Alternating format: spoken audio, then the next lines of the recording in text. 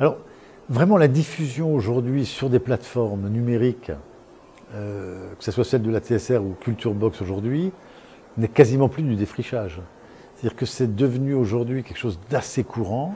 La capacité que nous avons de capter et de transférer des signaux numériques est devenue assez banale. Et en plus de ça, nous rencontrons le public. Et nous savons que nous rencontrons le public, soit en direct, soit en différé, parce que ce que le numérique offre aujourd'hui d'absolument considérable, c'est la capacité d'aller chercher sur tous les écrans et à tout moment un contenu. Et on se rend bien compte qu'on démultiplie les choses de façon incroyable. Donc, c'est même plus aujourd'hui de l'innovation, c'est le cœur du métier. Et ça va le devenir de plus en plus. Oui, et puis on peut dire aussi que le numérique permet la prise de risque. Parce que les coûts de production sont quand même d'une autre nature. L'enjeu économique est différent.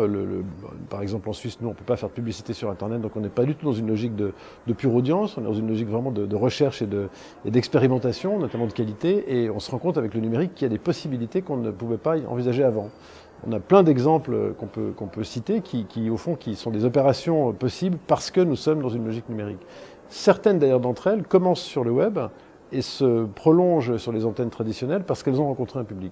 Donc c'est au fond une sorte de petit laboratoire permanent que de pouvoir expérimenter sur Internet des projets, des programmes, des propositions qui ensuite peuvent se retrouver sur les antennes si elles fonctionnent bien, quoi.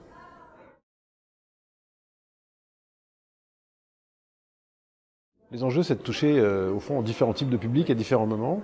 C'est de pouvoir proposer des programmes assez pointus à des publics spécialisés ou qui ont une attente particulière, puis en même temps, avec une diffusion traditionnelle, de toucher absolument tout le monde. C'est au fond la capacité, tout en étant un média généraliste, universel, de pouvoir, au fond, s'adresser à des publics minoritaires.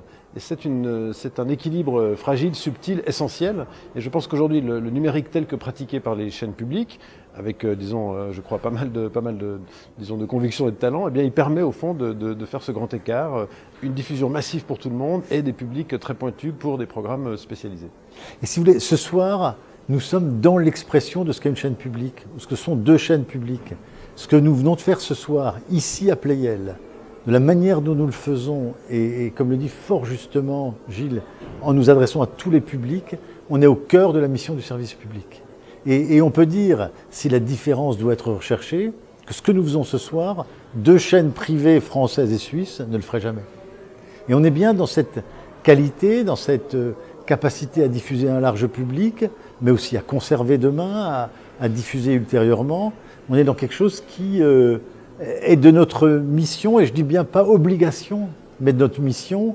Et cette mission, en termes de lien social, est formidable.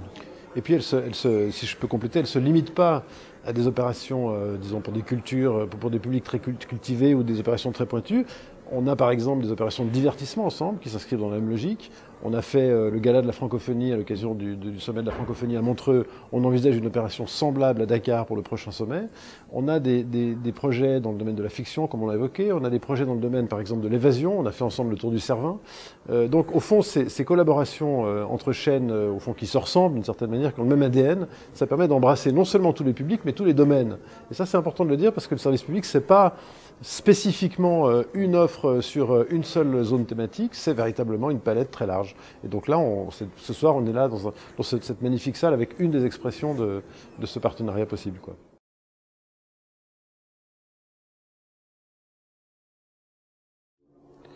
Ben, disons, d'abord, il y a le monde de la fiction. Pendant très longtemps, on a produit de la fiction de manière traditionnelle, la fiction plutôt lourde, disons. Aujourd'hui, on peut imaginer des fictions d'une autre nature, plus courtes, plus participatives, qu'on peut imaginer de faire évoluer entre partenaires francophones.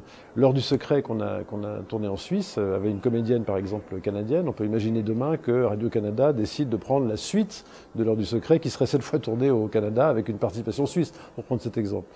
On a aussi, depuis des années et des années, diffusé la série que France 3 avait lancée à Marseille, rappelle-moi, Le Plus belle la vie, qui est tous les jours sur nos antennes. On peut imaginer que demain, au fond, un Plus belle la vie suisse, d'une certaine manière, se développe sur la base de ce qu'ont fait nos amis de France 3. Donc il y a là disons, des opportunités de rebondir qui sont assez intéressantes. Et puis le grand défi de demain, c'est la télévision connectée. C'est-à-dire la capacité sur la télévision connectée d'offrir des applications qui sont les mêmes applications que celles que vous avez sur vos smartphones, hein, c'est-à-dire des lieux sur lesquels on va peut-être pouvoir ensemble donner des rendez-vous à tout un chacun sur de la culture, sur de l'information, sur de la fiction, sur du sport, et le faire ensemble peut-être. Et ça, si vous voulez, l'univers du numérique, ce sont les caractéristiques, encore une fois, d'extension dans le temps, d'extension sur les écrans, et demain, avec les applications sur les télévisions connectées, à partir de marques très fortes, et nous avons des marques très fortes sur nos territoires, la possibilité d'aller vers des offres complémentaires. Et ça me semble en tout cas, par rapport aux offres qui seront construites par les géants américains ou par les géants asiatiques demain, des éléments qui stratégiquement vont être centraux.